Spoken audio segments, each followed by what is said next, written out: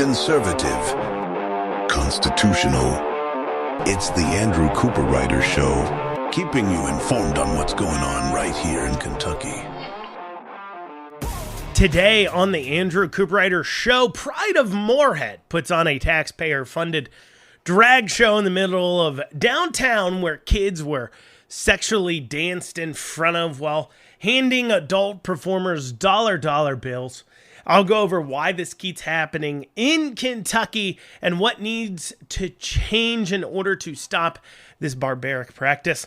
And the establishment legislators start saying that we may never get to 0% income tax here in Kentucky, despite that being their supposed plan over the last several years.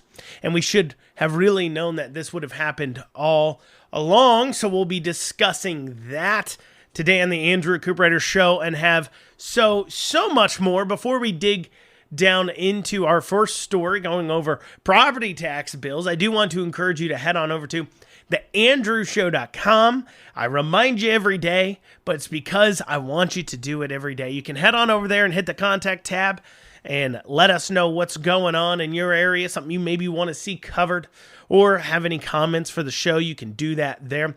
But also, I like to remind you to tell others to head over to theandrewshow.com and hit that Listen Now tab so they can see all the places where they can subscribe to the Andrew Cooperrider Show so they never miss an episode. And as always, you can hear it early because it comes out at 1 o'clock on all major podcasting platforms, but you can hear it at 9 a.m. on WZXI, which is 94.1 FM, 95.5 FM, and 1280 AM in the kind of central Kentucky, Garrett, Madison, Jessamine County areas. You can catch it at 9 a.m. and then a replay at 9 p.m. So you can catch it early at 9 a.m., or you can listen at 1 o'clock on all major podcasting platforms.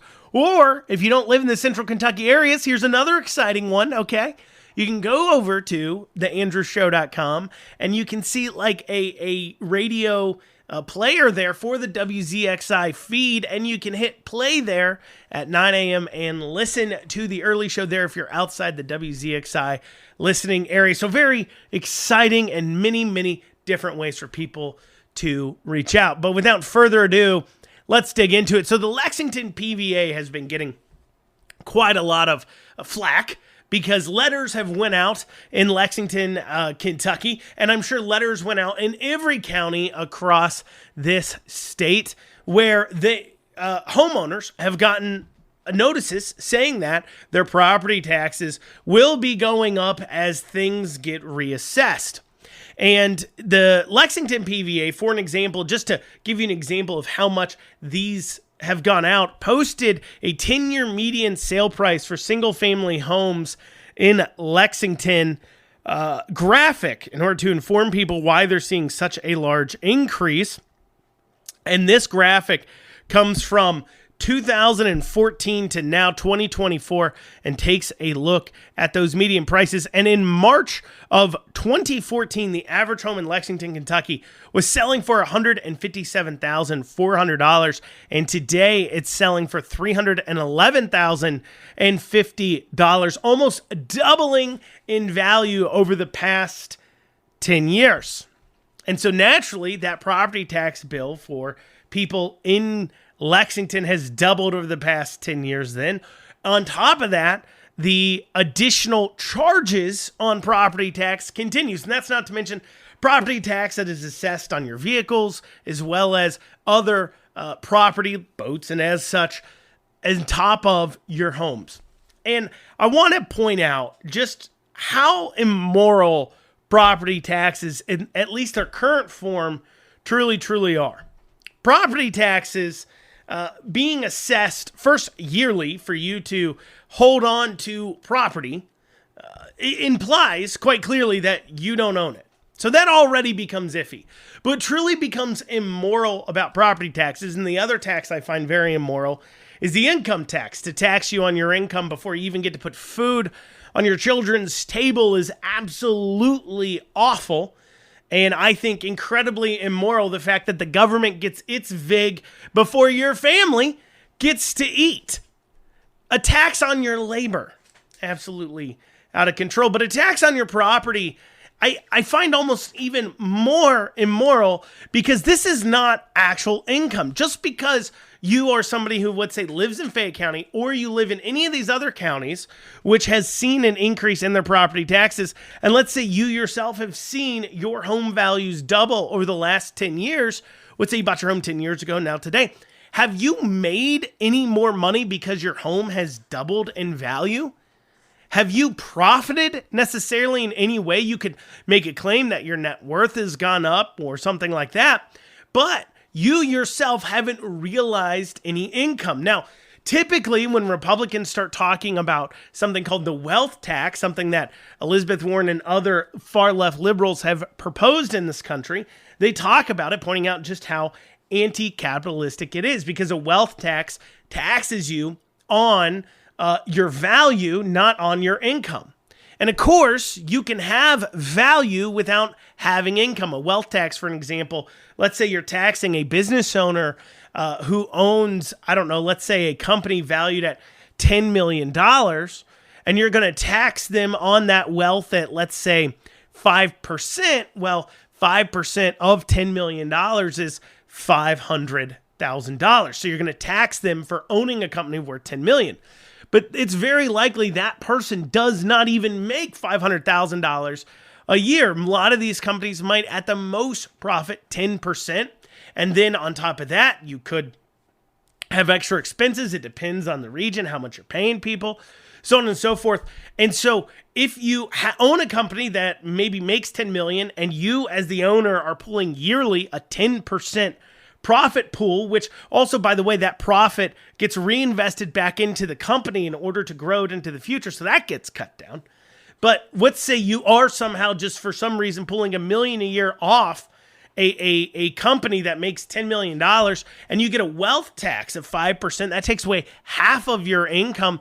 And then on top of that, you have to pay a tax on your income. And if you're paid $1 million, your tax on your income might be 30-40%. So that takes away $300,000. And so you make $1 million and you end up with only net $200,000. That's absolutely ridiculous. And I'm using that for nice round numbers, but it's never going to be enough money when it comes to the government. They'll just move those numbers down. So that's a wealth tax, and Republicans call that out. But for some reason, you never hear people, especially amongst the establishment Republicans, calling out this massive increase in property taxes and taxing people on their home values that have doubled over the last 10 years, even though they themselves don't necessarily have more money. In fact, they could have less money because their income hasn't even kept up with inflation. They haven't realized any gain. So why are you assessing their taxes on a new price? And on top of that, who is the government to even come in and say what your property is worth in the first place? They aren't the free market. They aren't the people who are purchasing your home. The value of property is only that of which you can get for it. So to come in and say that your homes should be worth $300,000 is a bold claim, considering you haven't put it onto the market and tried to sell it for $300,000.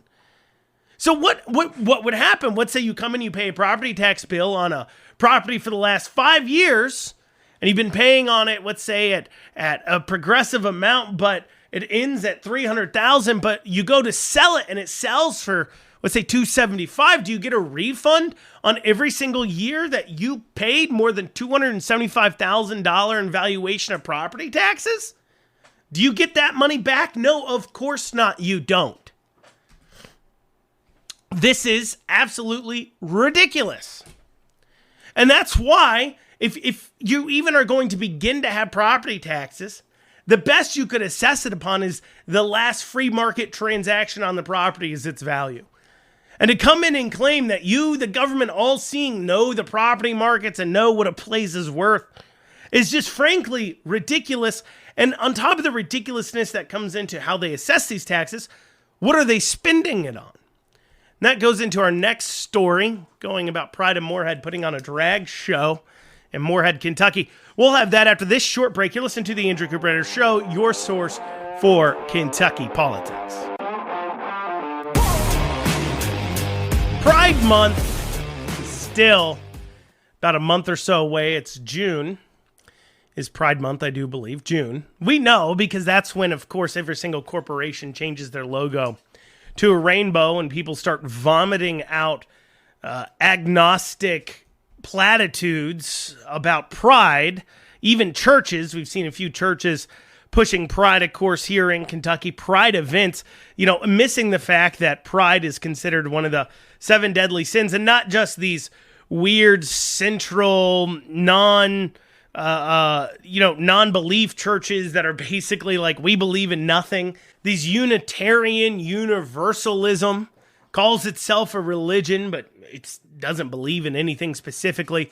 It's not just them who are these churches that are pushing pride, but we also see these Baptist churches across the state pushing pride, and it's all ridiculous. But outside of private organizations that really shouldn't be doing this based upon what they say their values are and should be, based on who they say they are. And it doesn't as much bother me that these quote unquote Christian churches are pushing this idea that their religion is okay with pride if they weren't calling themselves Christian. Like, if you don't want to be Christian, then don't be Christian.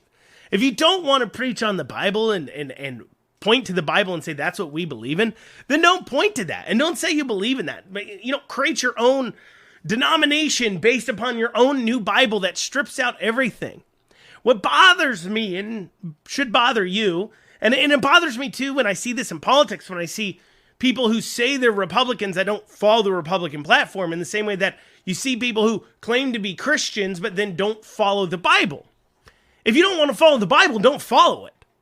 But don't call yourself a Christian. In the same way, if you don't want to follow the Republican Party platform, if you don't want to follow conservative principles, then don't follow them, but don't call yourself a Republican. It's the lying that bothers me so much. But anyways, getting that off my chest, that has nothing to do with it. Just wanted to throw that in there. But Pride of Morehead had put on a drag show this past weekend in Morehead, Kentucky. Now, first, this went on in downtown, in plain view of children. And not only was it in plain view, but we see photographs emerging out of the event, as well as videos showing drag performers performing sexually in front of kids. And the minute you say drag performers, you know that it's sexual. That's a sexual performance. We know that at the heart that is what it's based upon. And if you want to pretend it's not, you're just lying to yourself. There's a reason why drag performers performed in strip clubs for so long in bars and not, out in public. That's kind of a recent event, a recent occurrence. And we're just all supposed to accept it and suddenly buy into this lie that drag is just an art form and has nothing sexual about it, which is clearly false. And even so, you've got them putting on their sexual performances in front of children, but we see pictures and videos of children giving dollar bills to the performers. Like, how lonely single men and philanderers do at strip clubs when they give dollar bills to the fatherless women dancing naked on the pole there. The same exact action. And they want to tell you this isn't sexual. I literally can't think of another performance where you hand dollar bills to people while they're dancing around and it's not sexual. I've never once been to the ballet. Well, I haven't been ever to the ballet, but if I did go to the ballet, I wouldn't expect to start throwing dollar bills up on stage. It's not like when you go to a kids' dance competition, you start seeing people come out with those single throwing machines and they load stacks of singles and start raining it down on kids up there. This isn't the way you compensate normal artistic performances. I've never once been to an art gallery and then handed the artist a tip in the form of dollar bills by shoving it into their clothes. That isn't how you compensate art performers. That's how you compensate sexual performers, and you're involving children in it. It's wrong. And not only is this happening in plain public view on public sidewalks in Morehead, no, Kentucky, it's also your tax dollars being spent on this. How do we know? Well, this event was put on by Morehead Pride. And when we go to the Morehead Pride's website, we see a list of their sponsors. And these sponsors include people like Downtown Morehead Incorporated, a nonprofit that, according to their 990 from tax year 2022, they received $78,925 in government funding, in your money, sponsoring this event. They were also sponsored by the Morehead Rowan County Tourism. This is according to their website. They sponsored this.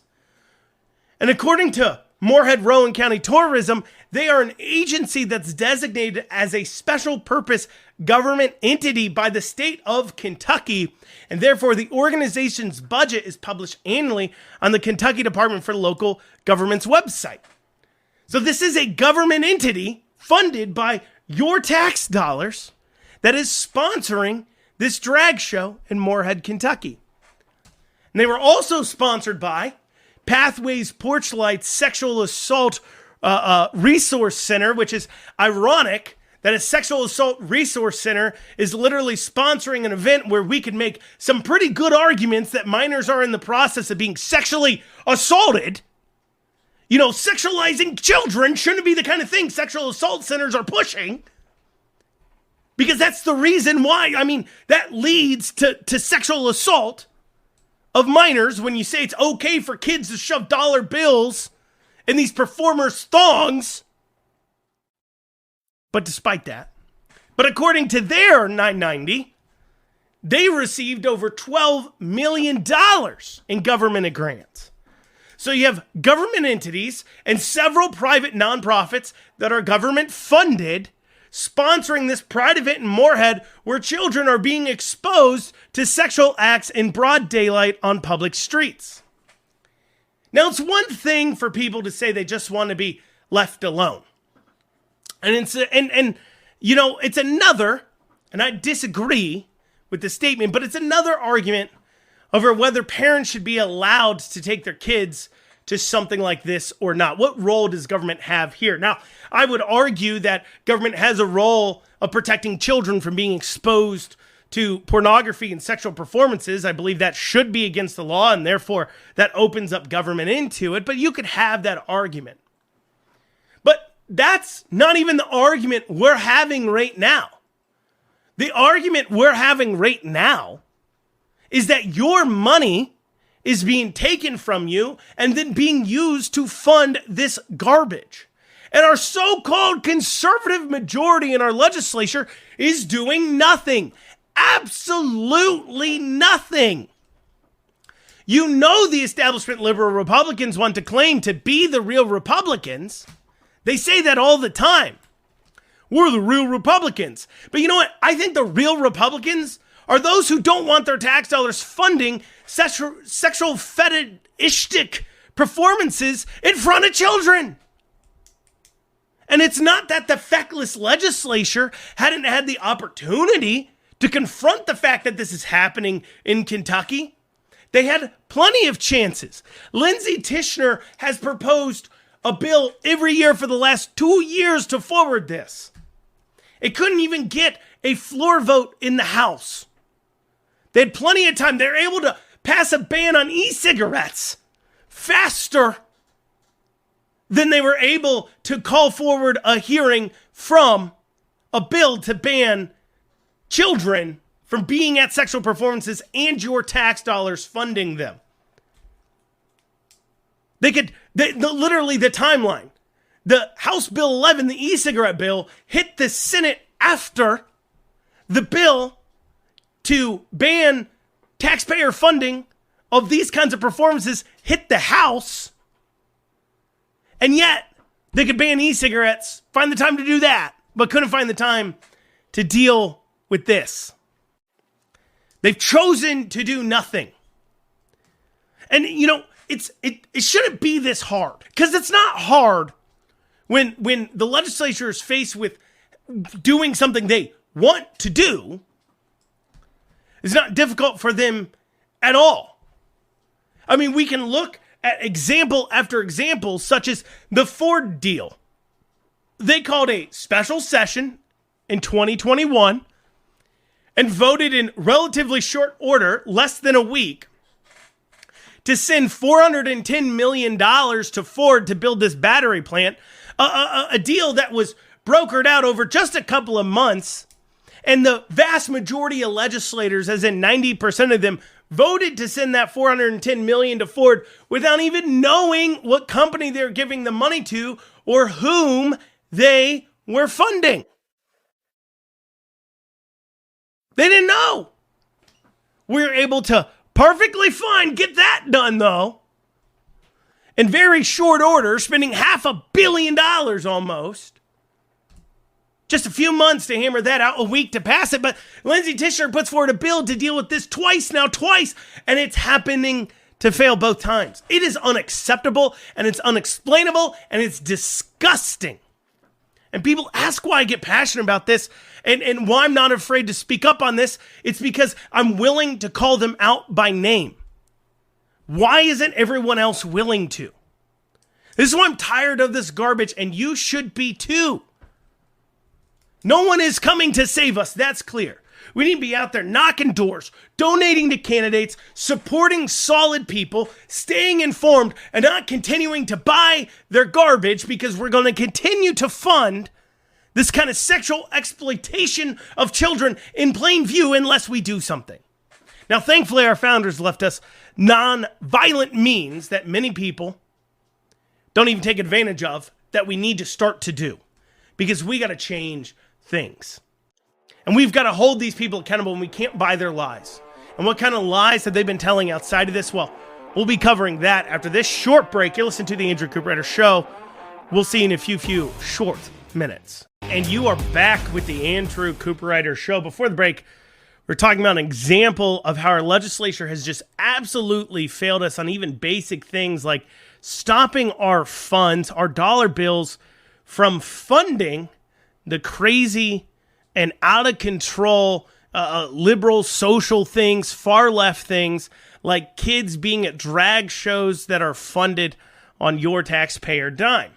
But that's not the only way. Legislators have let us down and will continue to let us down. That's not the only way they lie, and we have to question what their values really are. We have to question how many Republicans do we really have leading things here in Kentucky. When we go over what our next story is, and that's at a Jessamine County Republican Women's Forum recently, Representative Killian Timoney and Representative Kim King made some comments that should raise all of our eyebrows about tax cuts.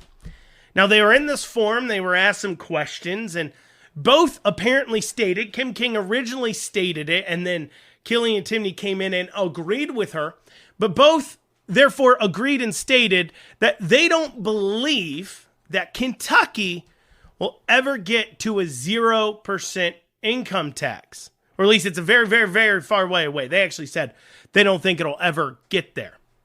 And let me explain why that simple statement is so incredibly important. But I got to set the scene for you here, okay? So let's rewind to 2022.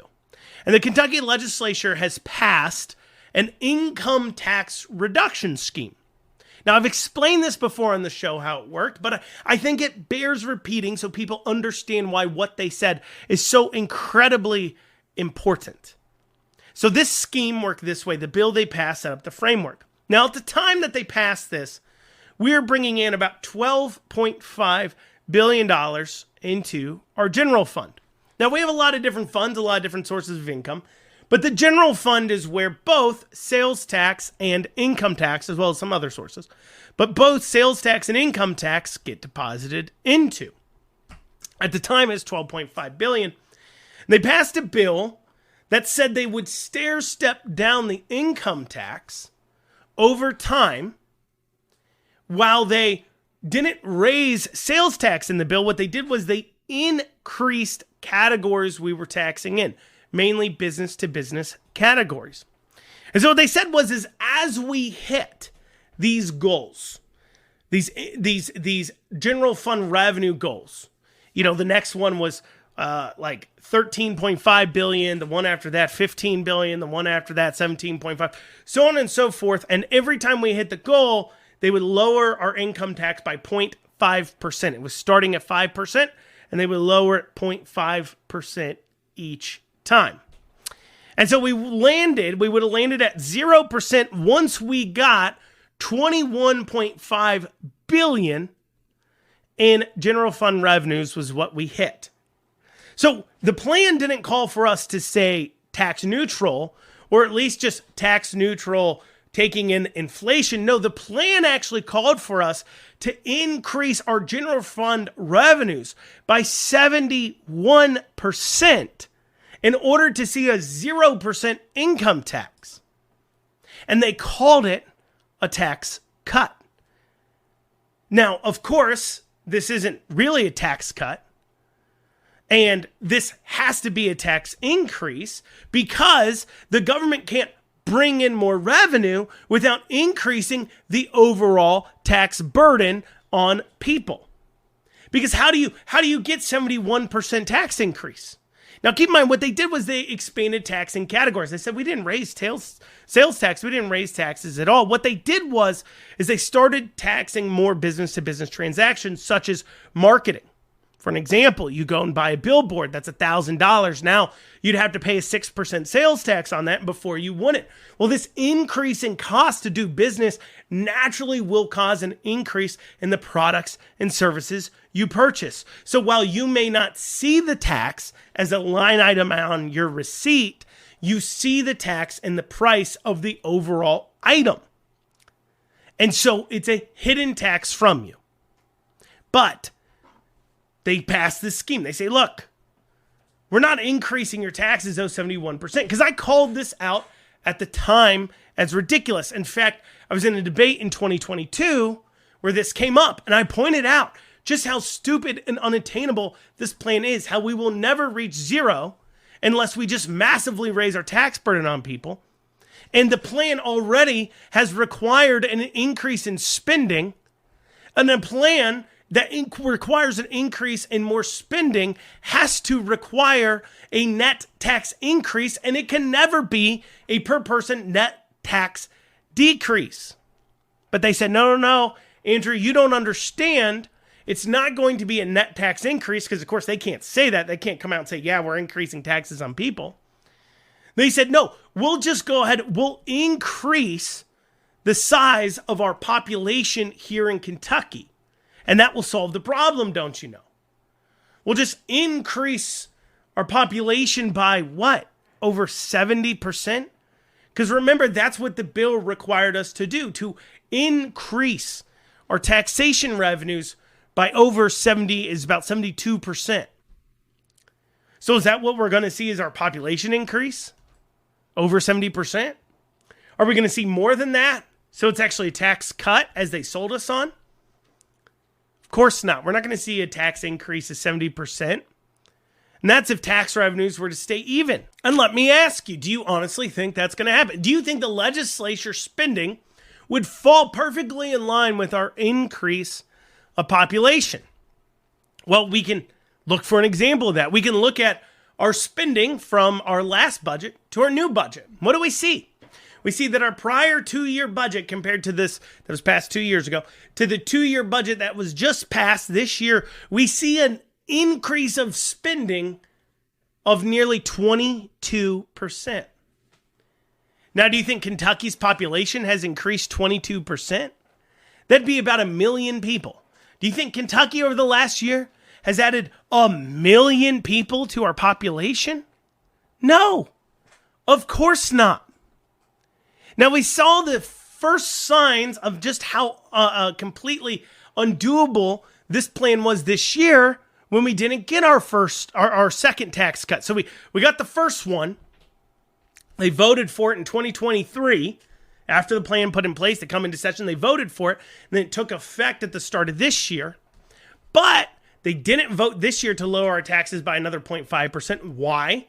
Because while we hit the revenue marker, they spent too much, because there's two parts of the plan. You had to hit revenue markers, but also the cost of reducing the income tax by 0.5%. We had to have at least enough excess spending surplus in our budget to offset that decrease. So it's not just we brought in the revenues, but the government also had to not spend too much, but they couldn't manage to do that. The legislature managed to spend more than what even their own plan called for them to do.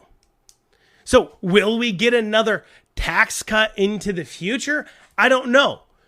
But I can tell you what, if we keep spending like we are and demanding more money from the taxpayers, it's not mathematically possible for us to hit zero. And this is something I pointed out 2 years ago that the establishment politicians just seem to be learning. Because why is it so important now that Kim King and Timney are both now admitting in a forum that they don't think we'll get to zero? It's very interesting. These individuals are definitely establishment people. And this indicates, I think, a really important thing for Kentucky's future. And we'll be talking about exactly what the ramifications are of that after this short break. You're listening to the Andrew Cooperrider Show, your source for Kentucky politics. If you want to reach out to the show, feel free to email info@theandrewshow.com. Once again, that's info@theandrewshow.com. We'll be back in a few short minutes. And you're back in this final segment here of the Andrew Cooperrider Show. And before the break, I was setting the scene, laying out where we are in our task and our goal, quote unquote, putting that in quotations, that the legislatures have put in place for us to get to 0% income tax. And it seems like the scheme they set up, something I called out 2 years ago, many people kind of saw this coming, isn't going to work. And we see our first signs that the establishment is realizing this when we hear that Kim King and Killian Timney both admitted in a forum they don't think we'll ever get to a 0% income tax, that the state just needs too much money. Now, what's interesting about these two specifically saying this is that means it's being talked about more behind closed doors. And the establishment and those in charge, those in leadership in the House at least, might even be starting to push the idea saying, look, you guys got to set the expectation for this income tax thing that this may never happen. Not only do we need to kind of maybe stop talking about it, but we got to set the expectation that we may never get to zero because it's going to take a while if it happens at all. Now, of course, an option that the legislature could do if they're actually committed to getting to a 0% income tax is they could say that the state needs to tighten their belt. In this inflationary period, all of us, the taxpayers, have had to tighten our belts. Why can't they? And apparently, Kim King was asked this and was challenged on this, saying, why can't the state cut some of its waste and we can hit this goal? She responded by saying, there's nothing to cut. The state's extremely efficient. They need every penny from you. Now, listeners of this show have heard me specifically, by line item, call out billions of spending that the state is doing. Billions that they don't need to. Hundreds of millions going to private corporations to bring in jobs when we have more open jobs than we have people looking for them. Millions being spent on DEI and pushing liberal agenda. I mean, it's an easy example, but to even remotely claim there's no waste, y'all gave $4.3 million to the Louisville Opera just for simply ongoing programming in order to fund their social justice rap school that they're putting on. Wow, by the way, the Louisville Opera isn't even in the red. They're profiting millions a year and have $6-7 million in the bank according to their 990s. And yet we gave them, what, millions more in funding? Why? They don't even need it. And you're going to tell me that's not wasteful? But I'm going to tell you what's a little more dark here, what's a little more troubling to both Kentucky's and America's future, and why we got to get off the couch and why we got to find hope here. And we got to inform our fellow citizens. Because most voters, maybe not you and certainly not me, but most voters, most people clapped for this. When they put this in place and claimed they were cutting taxes, people clapped like seals for them at all the Republican gatherings. They put it on their mailers. They still put it on their mailers. Chances are, if you're living in a district that's a contested primary for the Republicans, you have gotten a mailer claiming that the incumbent has cut your income taxes, has cut taxes for you. And you clap for it. Not only Republicans, but also Beshear. You may remember during the governor's election, Beshear championed the fact that he signed these bills cutting the income tax, saying he cut our taxes. But that's not what they did. What the legislature did here was they raised our tax burden. They raised our taxation under a promise that they knew they would never be able to fulfill. They promised that we would just gain more people, and somehow, even though we're increasing our taxing categories and we're bringing in more revenue, somehow you individually won't be taxed more. We'll get to 0% somehow, we promise you. And it didn't happen. And in fact, not only did people cheer for those who voted for this, legislators who recognized what an atrocity this is were attacked for not voting for this by the people. I'm not talking about Democrats being attacked by Republicans. I'm talking about Republicans who recognized that this was a train wreck, that voted no on the bill, are right now getting attacked by their would-be political opponents, like Felicia Rayburn. She voted no on this, getting attacked by her political opponent in the primary for not voting for this. It was a tax increase. Literally, Republicans getting attacked for not increasing your tax burden because they wrapped it up the right way. They made promises they knew they could never fulfill, and they wrapped it up in a promise that somehow they would spend more, but your overall tax burden would go lower. And people just rewarded them by continuing to reelect them,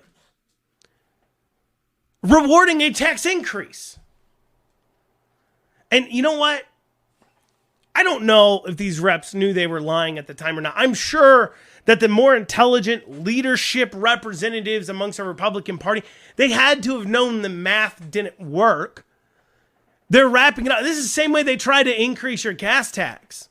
Anytime you hear people start talking about modernizing the tax code, modernizing the gas tax, we hear that all the time. We talked about Candy Massaroni's opponent in House District 50 saying that he would raise gas taxes. He thinks it needs to be modernized. We hear them, and they said we need to modernize our overall taxing scheme in Kentucky. You'll hear them say that. They don't call it a tax cut because they know it's not. They're modernizing it, which just means they're going to figure out ways to get more money from you, but worse, they're going to get you to vote for it. They're going to get you to reward it. They do it with the gas tax by talking about EVs and high mileage vehicles, saying, well, our roads are funded through the gas tax. That's a consumption tax. And you driving that truck or driving that car that gets 20 miles to the gallon, you're paying your fair share. But these electric vehicles that are plugging in and these hybrids that get much higher mileage, they're doing as much damage to the roads, and they're paying nothing or just a very small fraction, less than half, for the same roads that you're paying for. Don't you hate those people for doing that? They're not paying their fair share. You should vote for a tax increase for them, but also for you. We'll bundle it in there and then claim it's a good thing by wrapping it in something that we know we can get you to clap for. It's the same thing that happened here. They wrapped it. Now, they may think that they're cutting taxes or overall this will be better for you, because I think these people really believe that they would just see this massive increase in population growth. They're idiots for believing it, but I think they did. But they're starting to realize they were wrong. Now, are they going to come out and admit, say, you know what, guys, we kind of screwed this up? Of course not. I mean, they know it now, but keep in mind the budget, as I mentioned earlier, that they just spent. They spent 21% more. Where are they getting this money from if it's not coming from your pocket? Keep in mind, this is the state. The state doesn't print money like the federal government does. And we're supposed to have a balanced budget amendment. Now, in this most recent budget, they did bring on $3.5 billion in new, authorized up to $3.5 billion in new debt in the form of bonds. That did happen. But it can only come from one place, and that is your pocket. And so I tell you these stories. You know, we start off with the Morehead story Started off at the PVA taxation. Nobody's calling that out. We talked about the Morehead story, about how kids are being subjected to awful atrocities. And it's not just that our government's allowing it to happen, but we're actually funding it through force by taking your dollars and funding it. And here we go over where they're taxing you more and then getting you to vote yes for it, getting you to reward them for it and keep it in office. And it all deals with the same thing. One, our voters have got to be more informed. They can't buy this garbage. Two, we as individuals have got to be more active. You need to be active in informing others about the races that are going on, informing others and telling them, hey, this is what's going on. I mean, shameless plug, you can tell them to listen to the show. I talk about a lot of things every day. Hopefully you feel more informed listening to it. You can pass that on to them. Tell others to tune in. That's helpful. And you have got to be active. You got to donate to candidates. You got to volunteer for them and knock doors. Over these next few weeks, I'll be knocking some doors for some candidates. Follow me on social medias. I'll be talking about where I'm at. You can come knock with me. But we've got to get more active, and we've got to win back our government because it is not serving us.